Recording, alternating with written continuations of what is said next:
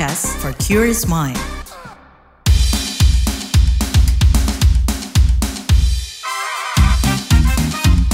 What's Trending KBR Pagi, siaran pagi radio paling update.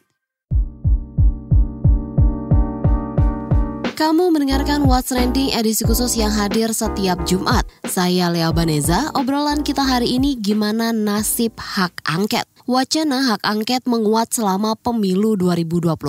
Apalagi jelang pembukaan masa sidang paripurna Dewan Perwakilan Rakyat Selasa lalu. Karena saat itu jadi kesempatan anggota DPR untuk menggulirkan hak angket yang merupakan hak penyelidikan oleh DPR terkait pemilu.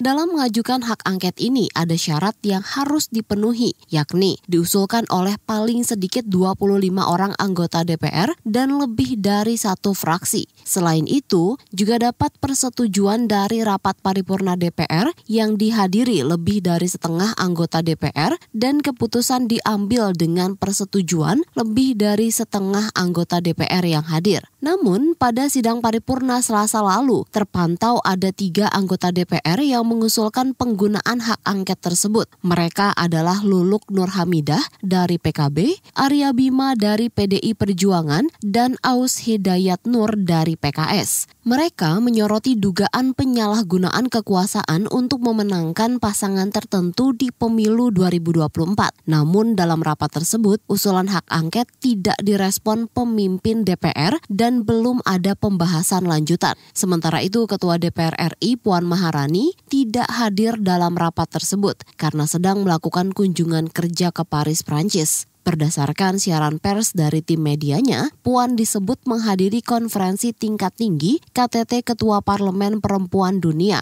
Nah, selain sebagian anggota Dewan Perwakilan Rakyat, jajak pendapat dari Litbang Kompas pada akhir Februari 2024 menunjukkan mayoritas responden menyetujui jika DPR menggunakan hak angket untuk menyelidiki dugaan kecurangan pemilu. Sementara mereka yang tidak setuju DPR menggunakan hak angket hanya 33% dan sisanya sekitar 5% menjawab tidak tahu. Jajak pendapat digelar pada 26 sampai 28 Februari 2024 dengan mewawancarai 512 responden dari 38 provinsi. Responden ditentukan secara acak sesuai proporsi jumlah penduduk di setiap provinsi. Tingkat kepercayaan survei ini sebesar 95% dengan margin of error atau margin kesalahan plus minus 4,33% dalam kondisi penarikan sampel acak sederhana. Usai sidang paripurna lalu, bagaimana nasib hak angket ke depannya? Masih adakah kesempatan bagi DPR kembali mengajukan di paripurna mendatang? Kita bahas ini bareng News Editor KBR, Wahyu Setiawan usai jeda. Lu nyari apa sih? Sibuk amat dari tadi. Duit gue nih hilang, padahal udah dimasukin dompet. Ada tuyul kali ya? Hus, jangan asal lo ya. Bukannya tadi lo jajan kopi, ikut PO seblak, sama nitip gorengan ya? Hah? Masa? Kok bisa gak sadar ya? Bocor alus tuh, lo kudu disiplin keuangan makanya. Dengerin deh Uang Bicara, podcast dari KBR Prime yang ngebahas soal ekonomi dan literasi keuangan. Cocok banget buat anak muda kayak kita. Nah, sama nih kayak dengan self-reward. Lo dengerin di mana? Di kbrprime.id. Oke deh, gue dengerin. Tapi jajan kopi sore ini gue pinjem lo dulu ya. Astaga. Uang Bicara, menavigasi kamu supaya tetap cuan dari KBR Prime. What's Trending KBR Pagi, siaran pagi radio paling update. Balik lagi di What's Trending edisi khusus setiap Jumat. Topik kita kali ini, gimana nasib hak angket? Dijelaskan dari laman resmi DPR RI, hak angket adalah kewenangan khusus DPR untuk menyelidiki penerapan suatu undang-undang atau kebijakan pemerintah yang dianggap penting, strategis dan memiliki dampak luas terhadap masyarakat, bangsa, dan negara dengan dugaan bahwa penerapan tersebut melanggar peraturan hukum yang ada. Selain syarat jumlah anggota DPR yang hadir dan menyetujui tadi, pengusulan hak angket juga disertai dengan dokumen yang memuat paling sedikit materi kebijakan dan atau pelaksanaan undang-undang yang akan diselidiki dan alasan penyelidikannya. Nah Wahyu, mungkin bisa direkap dulu nih sedikit. Mulanya hak angket tersebut diwacanakan pada pemilu kali ini tuh seperti apa Wahyu? Iya, hak angket kan diatur dalam undang-undang ya. Memang sebelumnya itu hak angket pertama kali itu diusulkan oleh calon presiden nomor urut 03, Ganjar Pranowo. Jadi Ganjar itu mengajak koalisi partai pengusungnya, itu ada PDIP dan P3 ya. Dan juga pengusung partai dari 01 Anies Muhaimin, yakni Nasdem, PKB dan PKS untuk terlibat nih mengajukan hak angket itu. Oke, kalau nada-nadanya dari capres lain nih Wahyu, Anies Baswedan juga mendukung gak sih hak angket ini? Iya, dalam beberapa kesempatan dia menyatakan mendukung ya, meskipun dia bukan sebagai kader partai. Anies juga sempat bilang koalisi perubahan yang mengusung dia itu siap bergabung nih dengan kubu paslon Ganjar Mahfud guna menggulirkan usulan penggunaan hak angket di DPR. Nah, jadi menurut Anies gugatan atas kecurangan pemilu itu merupakan wujud konsistensi untuk memperjuangkan demokrasi yang jujur, adil dan sehat. Oke, berarti 01 dan 03 gelagatnya mau gitu ya. Nah kalau dari 02 gimana nih Wahyu? Ada mungkin pendapat atau? Nah kalau yang sudah berkomentar adalah calon wakil presidennya Gibran Rakabuming Raka. Oke. Jadi wali kota Solo itu nggak mempersoalkan ya rencana kubu dari pasangan 01 maupun 03 yang akan mengupayakan hak angket terkait dugaan kecurangan pemilu 2024 di DPR. Oke, kalau dari pemerintah sendiri ada tanggapan nggak atau memandang mungkin dari presiden sendiri ada sikapnya nggak sih Mas Wahyu? Ya, merespon gelombang wacana hak angket itu Presiden Jokowi menyatakan nggak mempermasalahkan ya. Kepala negara meminta semua ditanyakan kepada wakil rakyat di Senayan gitu. Itu urusan DPR, silakan ditanyakan ke DPR. Oke Wahyu, kayaknya kita mesti tanya ke DPR nih ya. Gimana sih setelah sidang kemarin itu dan apa gitu perkembangannya? Ya kalau bicara DPR berarti itu ya fraksi atau partai ya suaranya ya, bukan sebagai lembaga DPR ya. Jadi KBR sempat menghubungi salah satu dari 3 pengusul hak angket di DPR ya, di sidang paripurna kemarin, yaitu anggota DPR dari fraksi PKB, Lulu Nur Hamidah. Dia sih optimistis ya, hak angket bisa bergulir di DPR.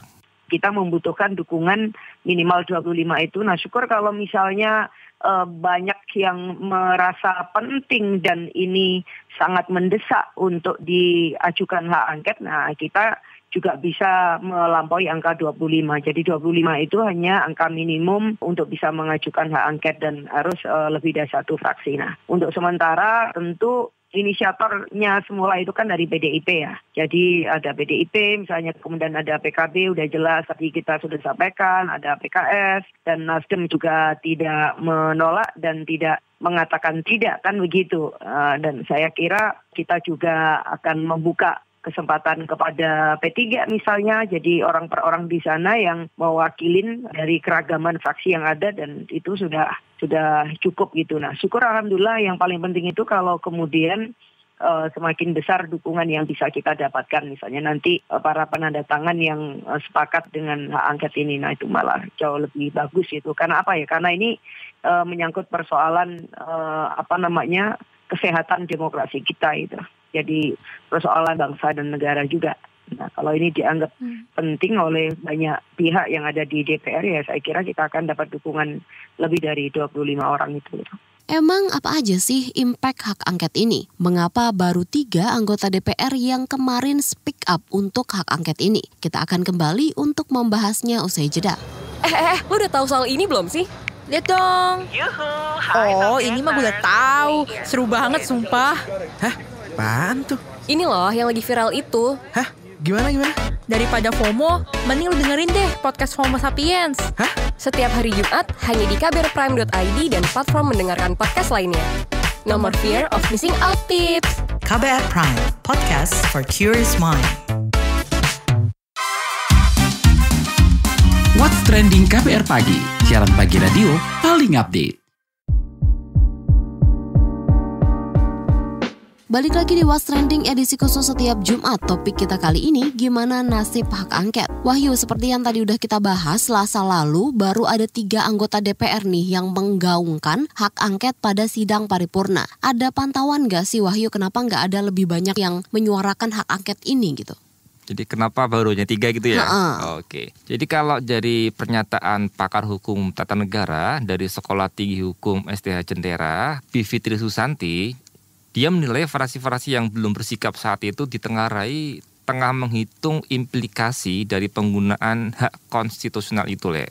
Oh, masih menghitung dampaknya gitu ya kalau diambil cara itu gitu? Ya, mengawang-awang lah istilahnya. Tapi bisa nggak sih Wahyu diajukan lagi mungkin di lain kesempatan? Bisa, menurut Bivitri. Kata dia hak angket masih bisa digulirkan pada paripurna selanjutnya, meski nantinya sudah ada putusan dari KPU terkait pemenang Pilpres 2024.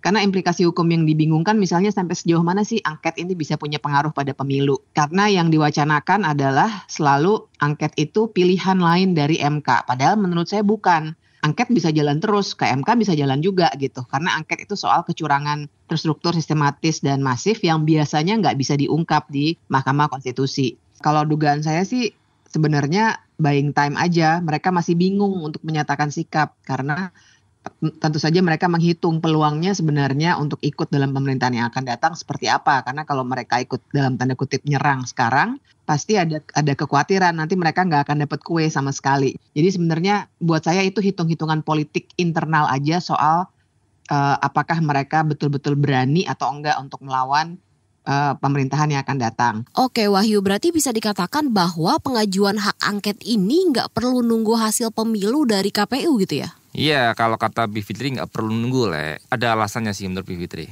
Kalau hak angket sebenarnya nggak usah nunggu pemilu.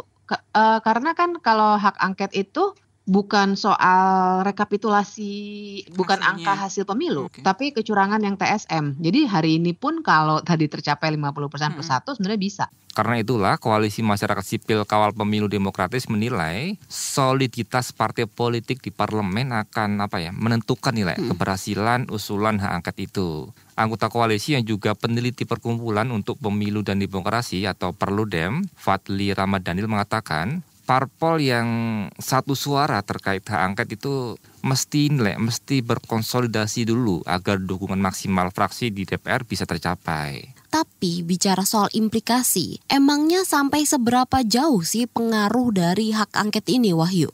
Oke, menjawab itu ya, Le. Jadi pakar hukum tata negara Bivitri Susanti menilai hak angket itu bisa menjadi jalan untuk membuka dugaan kecurangan pemilu 2024. Dia menjelaskan secara teoritis hak angket itu bisa memutuskan pemilu tidak sah dan bisa diulang kembali. Itu ya penegasan dari Bivitri ya.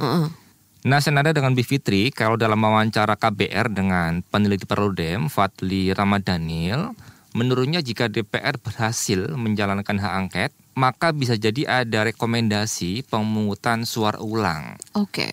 Atau jika presiden terbukti terlibat dalam perbuatan melawan hukum, ya kemungkinan bisa dimaksulkan, Le. Tapi nih Wahyu, di saat konsolidasi ini diperlukan sesama anggota DPR, adakah yang terpantau nggak setuju dengan pengajuan hak angket ini? Saat rapat paripurna kemarin, anggota DPR dari fraksi Gerindra, Kamru Samad, mengatakan semua yang dibutuhkan rakyat saat ini bukanlah hak angket, Le. Tapi rakyat, kata dia, justru butuh lapangan pekerjaan yang luas dan hak memperoleh pendidikan sebagai kebutuhan dasar. Kami di lapangan tentu juga mendengarkan aspirasi yang berkembang. Aspirasi yang sangat mendesak bagi mereka adalah pengangguran, penciptaan lapangan kerja, bukan hak angket. Yang diperlukan mereka justru adalah hak para sopir angkot. Ribuan bahkan puluhan ribu yang anak-anaknya mereka, masa depannya, sekolahnya belum tentu mereka bisa memenuhi kebutuhan dasar mereka.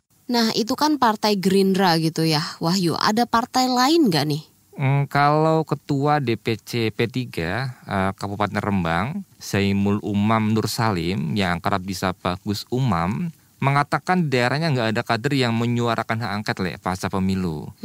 Jadi Gus Umam ini berpendapat tidak perlu mengajukan hak angket. Dia mengatakan lebih baik ya nerima aja hasil pemilu, termasuk pemilihan presiden dan wakil presiden. Alasannya kalau kata dia, supaya kondisi negara ini stabil dan kondusif. Nah, di sini nggak ada suara untuk menyuarakan ini dan itu. Kalau saya sih lebih dahlah kita legowo, udah nggak usah mengajukan hak angket. Apa sih artinya semua itu? Kita ini untuk ya negara ini stabil, kondusif, itu lebih baik kita menerima.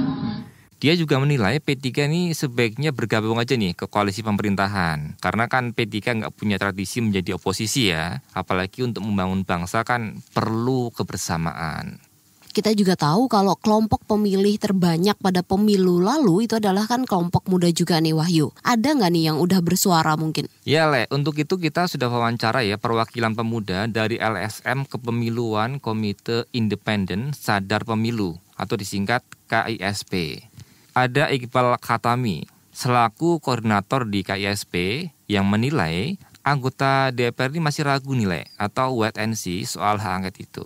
Sehingga saya pikir memang ada banyak keraguan mungkin di antara partai-partai ini. Terutama kemarin kan juga santer kabar bahwa Puan Maharani juga tidak hadir ya di rapat paripurna tersebut. Dan juga ini persepsi di masyarakat bahwa PDIP juga masih tarik ulur terkait dengan hak angket ini. Misalkan saja ketika kita sekarang kan berharapnya ke PDIP ya, yang ini diharapkan menjadi oposisi. Namun PDIP sendiri ya sudah 2 periode ini menjadi bagian dari kekuasaan. Tentu bagi mereka juga amat berhitung untuk bisa berpindah dari dari posisi pemerintahan menjadi posisi oposisi.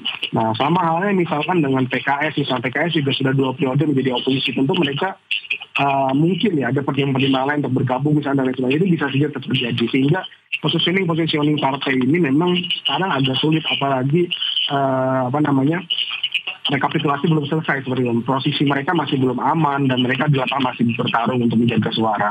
Terus mereka masih berharap nggak sih Wahyu kalau hak angket ini bakal diajukan DPR? Gimana tuh harapan dari kelompok muda ini? Ya menurut Iqbal sih masih perlu ya untuk diajukan. Dia berharap supaya nggak nunggu-nungguan nih biar nggak sampai ketinggalan momentum.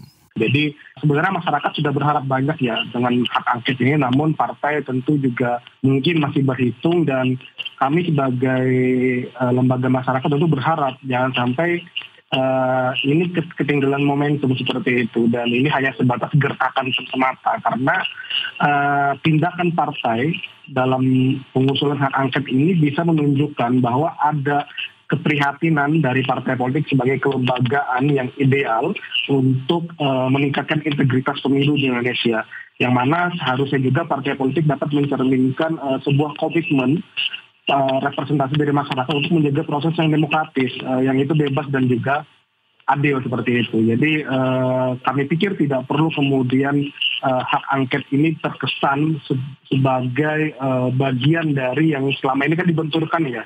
Hak angket sebagai bagian dari untuk mengganggu proses pemilu dan sebagainya. Sebenarnya kan tidak. Jadi hak angket ini tidak memang tidak berpengaruh langsung terhadap pemilu, namun secara langsung ini dapat memberikan transparansi gambaran bagaimana proses-proses pemilu ini berjalan, apakah memang terjadi kecurangan ataupun tidak, dan hasilnya nanti saya pikir dapat memberikan legitimasi terhadap hasil pemilu gitu. Jadi selama ini kan masyarakat lempar-lemparan ya, ada satu bilang curang, satu bilang enggak. Jadi kalau pesan Iqbal sih partai politik perlu berani bersikap itu ya Le ya, supaya kepercayaan publik juga menguat gitu. Jadi ini bisa memperkuat juga kepercayaan masyarakat terhadap partai politik ketika partai politik bisa menjalankan perannya dengan baik, salah satunya melalui angket ini sendiri gitu. Karena masyarakat kita bisa lihat di media-media di media sosial berharap banyak sebenarnya dengan adanya angket ini gitu. Ya walaupun banyak juga yang menyatakan ini tidak akan berpengaruh langsung terhadap hasil pemilu, tapi setidaknya ini menjadi bagian dari edukasi dan keterbukaan informasi proses pemilu terhadap masyarakat itu sendiri, Mbak. Jadi harapan kita sekali lagi memang kita berharap proses ini bisa berjalan, tidak hanya sekedar gertakan, dan partai politik harus berani bersikap. Nah, kalau kalian sendiri gimana nih soal upaya hak angket dari DPR ini? Kalian juga bisa loh kasih pendapat, silakan ketik di kolom komentar yang tersedia di platform mendengarkan podcast kesayangan kamu. What's Trending hadir di KBR Prime, Spotify, dan Noise. Demikian What's Trending edisi Jumat, saya Lea Baneza dan News Editor Wahyu Setiawan, pamit. Sampai jumpa pekan depan.